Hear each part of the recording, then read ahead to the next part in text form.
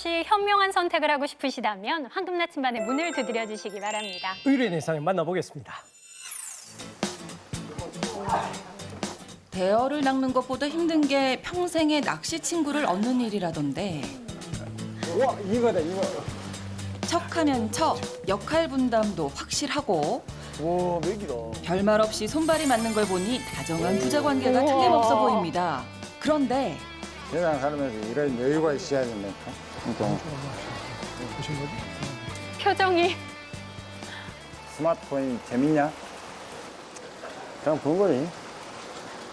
좋을 때는 한없이 좋은 건데 그 폐단을 이야기해보면 엄청난 폐단이 돼요. 첫째, 우리 그 정신을 뺏어간다고. 마음을 뺏어가. 분노 조절 장애가 있잖아. 스마트폰을 하다 보니까 우리 생각하는, 사고하는 시간이 없지. 별안간 산으로 가는 대화들. 그래, 우리가 살면서 이렇게 가끔 여유를 갖고 좋은 시간을 가졌으면 아드님 눈빛에 여유가 없어요 지금. 한다. 오늘 나와서 이렇게 아, 우리 선생님 솔직히 교장 말하면 선생님 듣는 척을 하는 거예요. 처음에. 같으시구나. 듣는 척을 하는 거고 그러다가 이제 좀 오래 얘기가 길어지면은 이제 딴짓을 하게 되는 거. 좀 그런 것 같아요. 내가 어떤 가볍게 던진 얘기에 뭔가 가르치려 하거나 뭐 해석을 하려고 하시는 그런 모습들이 이제 저한테는 부담이 되고 아버지만의 생각을 얘기하시는 순간 이제 좀 잘 안 듣기 시작하는 거죠, 그때부터. 폭염도 막을 수 없는 아버지의 소통 열정은 부자가 떨어져 있을 때도 계속되는데요. 예쁘다. 꽃은 사랑이다. 아름다운 꽃은 사랑이다. 아름다운 풍경, 좋은 물기와 동영상까지 밤낮 없이 이거 아들에게 전송으로 장남한테 보내는 전송한다는 거네. 게 야. 문제랍니다. 아버님 연애 중이신 것 같은데요 아드님과? 꽃 보니 아들이 생각나서. 하루 수십 통은 아. 기본, 생활이 힘들 정도로 쏟아지는 문자 폭탄에 마음이 답답한 아들입니다. 하루에 저만큼을 저희들은 보내신다고요? 그 부모라는 게 어떤 소식을 보내고 싶거든요. 솔직히 사진도 예쁜 거 있으면 보내줘서 같이 공감할 수 있는 내 마음속에 있는 이야기도 하고 지들 이야기도 들어보고 그래서 소통하는 사회, 소통하는 가정 그랬으면 훨씬 더 행복하고 만나더라도 오케이 한마디 하고 그랬을 텐데 그게 없어서 아쉬움이 많죠. 그날 오후 다녀왔습니다. 왔어? 안 더웠어? 오늘 덥더라. 살인 더위라네.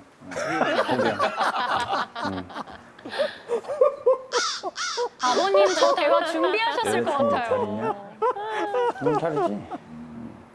제일 좋은 것이 그 사랑이 있는 그런 생활.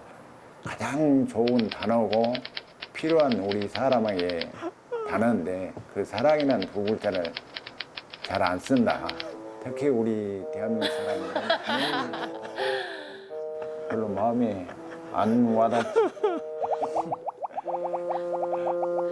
이게 다른 거 저랑 아버지랑 생각이 다른데 굳이 제가 이걸 계속 반대 의견을 내면서 굳이 아버지를 스트레스 받게 할 필요는 없겠다라는 생각이 들더라고요. 그래서 그때 의견 충돌이 생기면 이제 싸움이 되고 이러니까 그래 그냥 차라리 듣는 게 낫겠다는 생각을 하는 게 그게 제일 커서 대화를 길게 못 가져가는 거예요. 나라도 마찬가지고 우리나라 똑같은 휴식을 기대하며 집에 왔지만 아버지의 끝없는 훈화 말씀에 지쳐가는 현실. 일방통행형 소통 방식으로 자신의 생각을 강요하는 아버지. 아들은 말릴 수 있을까요? 자, 김금규, 김대민 부자 나오셨습니다. 박수로 맞아주시겠습니까? 안녕하세요. 아하. 아니 이렇게까지 노력하시는데 좀 함께 호응하면 어떨까라는 생각도 잠시 해봤거든요. 이제 처음에 한두 마디는 이제 대화라고 할 수 있는 대화가 되는데 네. 이제 자꾸 이게 얘기의 끝이 결국에는 이제 아버지가 하고 싶은 얘기나 지금 생각하시는 뭐 철학들 네. 이쪽으로 결론이 계속 나니까 예. 본인이 하는 얘기들을 좀 더 본인한테 다시 한 번 더 적용해 보면 어떨까 아. 그런 생각도 들고 그다음에 아버님이 34살 때 그 아버지 있잖아요. 아버지하고 그러면 잘 이렇게 대화하시고 소통 많이 하시고 그러셨는지 잘 들어주셨습니까? 그게 지금 생각해보면 딱 지금 이 상태와 같습니다. 이제 아버지가 이야기를 하면은 전혀 안 들으려고 그렇게 했었고. 그때 당시에. 네, 이런 오늘의 현상하고 아주 비슷한 이런 현상입니다. 그걸 막아보려고 지금 노력하고 계신다는 그때 일이 좀 말씀인데. 지금 와서 후회가 되시나 봐요. 그렇죠. 많이 후회되고 아버지한테 잘 대해주고 그랬었어야 되는데 그게 안 돼서 참 아쉬운 면이 많죠. 네. 아버님이 원래 이렇게 소통을 많이 하시던 분은 아니었다고 특별히 갑자기 소통을 시작하시고 노력하시는 계기가 있는 건가요? 계기가 있으셨어요? 제가 한 6년 전쯤에 자전거 출퇴근을 하면서 큰 사고를 났었습니다. 그래가지고 병원에 있으면서 아들과 소통도 잘하고 앞으로는 더 관심 있게 보고 그런 계기의 시간이 되었었습니다. 그래서 카톡을 보내고 그런데 카톡에 답이 안 옵니다. 근데 10만 원 보내면은 답장은 와요. 땡스 하고 옵니다. 이러면 되겠구나 했는데 그럴 때는 이제 아주 서운하고 그렇습니다. 그건 그때는 소통이 인정하십니까? 갑자기 되네요. 그건 인정하십니까? 아니, 마음이 열리더라고요. 마음이 마음이 열리더라고요. 대화하면서 제일 힘든 점은 어떤 거예요? 일단은 소통을 해야 된다 이 부분은 결국에 소통이라는 게 네. 듣는 것부터 이렇게 시작을 해야 된다고 저는 생각을 하거든요. 그렇죠. 근데 방법을 네. 좀 바꾸시는 게 더 낫지 않을까. 방법을. 일단은 예. 해라 하지 말아라 이런 것보다는 아하. 왜냐면 이 해라 하지 말아라 들으면은 그에 대한 반발감도 좀 생기는 것 같더라고요. 그래서 그게 더 낫지 않겠냐라는 권유의 말투로 얘기를 하신다면 좀 더 저도 편하게 얘기하고 좀 더 들을 수 있지 않을까. 그 말을 조금 내가 줄여볼까? 뭐 이런 생각을 해보신 적이 있으세요, 혹시? 심은 금이라고 말도 안 하는 게 좋은데 근데 마음속에는 그게 아닙니다. 항상 아들한테 좋은 이야기도 해주고 아까 사랑이라는 두 글자도 나왔는데 그런 이야기도 해주고 싶은데 제가 한마디 하면 얼굴이 그냥 싸늘해지고 그러다 보니까 자꾸 이제 대화가 안 통하고 그러는데 오늘 이 자리에 나왔으니까 소통을 잘해서 예. 좋은 결과가 있었으면 하는 바람입니다. 여기 나오시면서 여기 계신 우리 자문단 선배님들은 아버님의 그 얘기를 100% 아마 지지해 주실 거라고 믿고 나오셨을 거 아닙니까? 그렇죠. 우리 시니어 자문단 여러분들은 저보다 나이가 다 연상이신 것 같은데 네. 충분히 이해하시리라고 믿습니다. 네. 믿습니다. 믿으니까 그 철석같이 믿고 나오셨다는 얘기예요. 예. 자, 본격적으로 말씀 듣기 전에 이곳에 계시지 않은 다른 신분의 의견을 참고 삼아 보겠습니다. 자, 이곳에 계시지 않은 다른 신분은 어떻게 판단해 주셨습니까? 22대 28. 오, 아버지 쪽에 6표가 많았어요. 가만 있어보자. 남상일 씨는 효를 중시하시니까 아버님 편이 아닐까. 네, 당연히 저는 아버님 편이에요. 그러시죠. 네. 왜냐하면 이 아드님이 아직 그걸 모르셔요. 저도 아버님이 생존해 계실 때는 몰랐고, 근데 아버님 작고하고 나니까 알겠더라고요. 아버님의 그 존재감. 그 노래 가사에도 그게 있잖아요. 이 세상에 어떤 사람 제일 큰 부자인가? 부모님 계신 사람 제일 큰 부자일세. 부자예요. 나중에 땅을 치고 후회해본들 그때는 늦습니다. 아버님 제 말이 맞죠? 맞습니다. 네.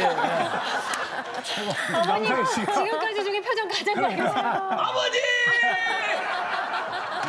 아니 저는 예. 아버님과 아드님의 관계를 보면서 요즘에 저희 중3 딸과 저의 모습을 보는 것 같았어요. 아이들하고 시간을 보내면서 제일 좋아하는 게 아이들이 자기 얘기 들어줄 때더라고요. 그래서 요즘에는 제가 마음 먹고 아이들이 얘기할 때 정말 듣기 힘들어요. 아드님도 아버지가 보기에는 되게 철이 없는 아들일 수 있어요. 근데 그거를 꼭 참고 들어줘야 아이들도 그다음부터는 마음을 열고 정말 자기 속에 있는 이야기를 하거든요. 근데 아버님도 그 단계를 거치셔야 진짜 아버님이 원하시는 소통을 할 수 있을 것 같아서 지금은 불통을 강요하고 계세요. 그래서 아드님의 얘기에 귀를 열고 마음을 열고 좀 들어보신 후에 아드님이 마음을 열면 그때는 얼마든지 아버님 얘기를 아드님이 들어주실 겁니다. 저희 같이 한번 해봅시다, 아버님. 저는 아드님 편입니다.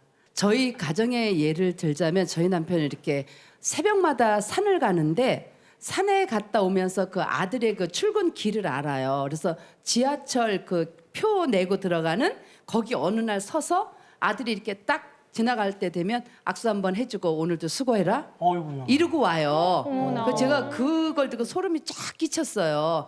어떤 말보다 이렇게 하면 아들이 아빠의 모습을 보면서 그날 하루는 너무 든든하대요. 참 아버지의 그 생각을 주입시키기보다는 아들도 잘 알고 있으니까 한 발 물러서서 쳐다봐 주시는 것도 참 행복하지 않을까 아드님에게. 그래서 저는 아드님 편입니다. 네. 예, 저는 그 아버지 편인데요. 저는 그 남편이 아니고 제가 이 아들에게 한번 이 대화를 시도해보고 좀 소통을 하려고 여러 번 이렇게 얘기를 해보니까 처음에는 예 알겠습니다 알았습니다 하더니 예 알았어요 알겠다고요 이렇게 영혼 없는 대답이 와요. 아버지 부모 세대하고 차이가 나고 생각이 다르고 그렇다고 해서 부모들을 생각 밖으로 제외시키고 자꾸 멀어지려고 고개를 돌리면 얼마나 부모들이 외롭습니까? 네. 자식된 도리로 좀 아버지 뜻에 가끔이라도 응해드려야 된다고 생각을 합니다. 저 아들 편이거든요. 우리는 이제 주말 되면은 외식을 하거나 아니면 치맥 시간을 가져요. 그러면서 충분히 그 자리에서 얘기를 충분히 아이들 얘기를 들어주는 거예요. 두 아들의 얘기를. 그러니까 얘네들이 자기가 자기가 직장에 다니면서 어려운 점 이런 걸 아빠하고 막 그 치맥을 하면서 얘기를 하더라고요. 그 아버지의 눈높이에 맞추지 마시고요. 아들 세대의 눈높이에 맞추어서 아들의 얘기를 많이 들어주시고 아들 편에 서서 생각을 많이 해주시면 소통이 되지 않을까 하는 생각입니다. 네. 네. 아버지 저기 치킨하고 맥주 한잔 합시다. 뭐 이렇게 한번 하시지 그러셨어요. 저는 이제 예. 백숙을 좋아하고 백숙을 좋아하세요. 아들은 치킨을 좋아해요. 네, 치맥으로 한번 바꿔볼 생각은. 대여만 된다면요. 대여만 된다면. 오늘 저녁에는 네, 네. 치킨 치맥으로 한번 치맥으로. 바꿔보도록 알겠습니다. 하겠습니다. 저는 아버지 편입니다. 절대적으로. 자식들은 대개 효도를 아파서 거동 못할 때 갖고 이렇게 보살펴주고 그러는 것만 효도라고 생각해요. 건강하실 때 부모와 대화하는 것 자체야말로 정말로 효도거든요. 아버지의 말씀을 실천하려고 그러지 마시고 아버지가 저렇게 변하셨구나. 그냥 들은 척만 해주시면 돼요. 고개만 끄덕끄덕거려도. 여기 나오시는 분들 무슨 말인지 몰라도 끄덕끄덕거릴 적이 상당히 많습니다. 사실은요. 그건 뭐냐고 같이 어울려주는 거예요. 자식은 든든한 울타리라기보다 든든한 짝사랑이더라고요. 우리 살을 때가 힘들었다고 하지만 지금 아이들도 지금 세대에 힘들게 살아요. 그러니까 아버님이 조금 양보하시고 아들 입장, 아들 생활을 이해해 주셨으면 하는 마음입니다. 좋습니다. 자, 이제 앞에 있는 버튼을 모두 들어주십시오. 자, 이제 마음을 결정해 주실 시간입니다.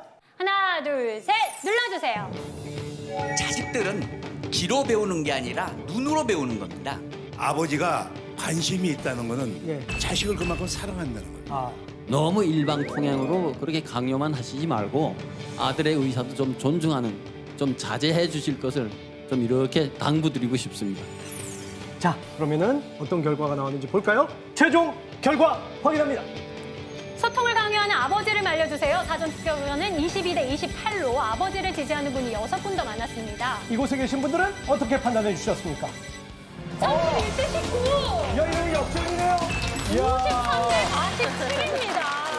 아이고.